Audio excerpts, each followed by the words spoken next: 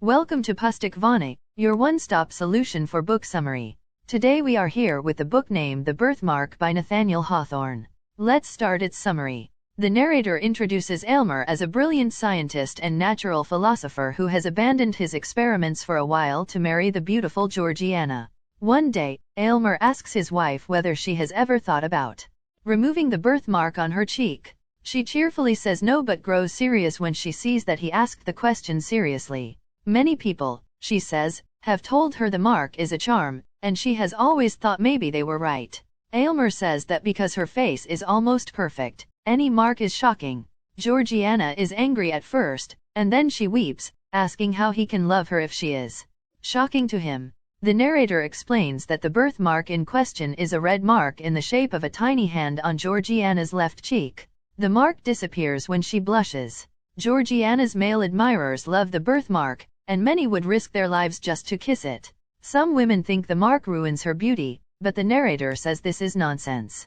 Aylmer obsesses about the birthmark. For him, it symbolizes mortality and sin and comes to tower over Georgiana's beauty in his mind. He can think of nothing else. One night she reminds him of a dream he had. He spoke in his sleep, saying they must take out her heart. Aylmer remembers dreaming that he had removed the birthmark with a knife, plunging down until he had reached his wife's heart, which he decided to cut out.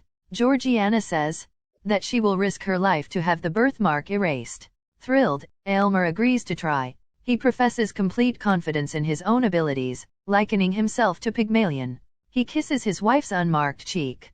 They decide to move to the apartments where Aylmer has his laboratory. He has already made stunning discoveries about volcanoes, fountains, mines, and other natural wonders. Now he will resume his studies of the creation of life. As the couple enters the laboratory, Aylmer shudders at the sight of Georgiana, and she faints.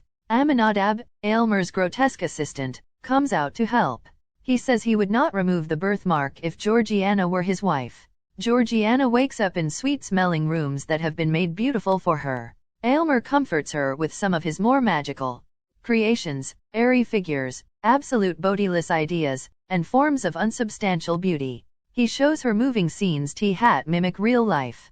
Then he gives her a fast-growing flower that dies as soon as she touches it. Next he tries to create a portrait of her with a metal plate, but when the plate shows a hand, he throws it into acid.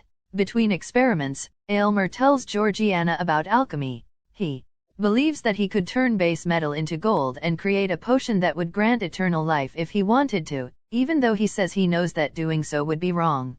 He disappears for hours and then shows her his cabinet of wonders. One such wonder is a vial that holds a powerful perfume. Another is a poison that, depending on the dose, would allow Aylmer to kill someone instantly or after a long period of time. Georgiana is appalled, but Aylmer says the poison is more good than bad. He shows her another potion that can wipe away freckles, but he says her birthmark needs a much deeper cure. Georgiana realizes that Aylmer has been doctoring her food or making her inhale something in the air. Her body feels strange. She reads the books in his scientific library, as well as his accounts of his own experiments. She realizes that his achievements always fall short of the goals he originally sets. Still, the accounts of his studies make her worship him. Aylmer catches her crying over his journals, and although his words are kind, he is angry. She sings to him, restoring his spirits. A few hours later, Georgiana goes to the laboratory to find Aylmer. When he sees her, he grows angry, accuses her of prying, and tells her to go away. She stands her ground and refuses, saying he should trust her and not try to hide his fears. She promises to drink whatever he tells her to drink. Moved, Aylmer says the mark goes deep into her body, and its removal will be dangerous. In her room, Georgiana thinks about how noble it is that Aylmer refuses to love her as she is, insisting instead to create his ideal version of her. He brings her a potion that he says cannot fail. He shows her how it cures a geranium of blots. She drinks the liquid and sleeps. Aylmer watches her with tenderness but also as if he is watching a scientific experiment unfold.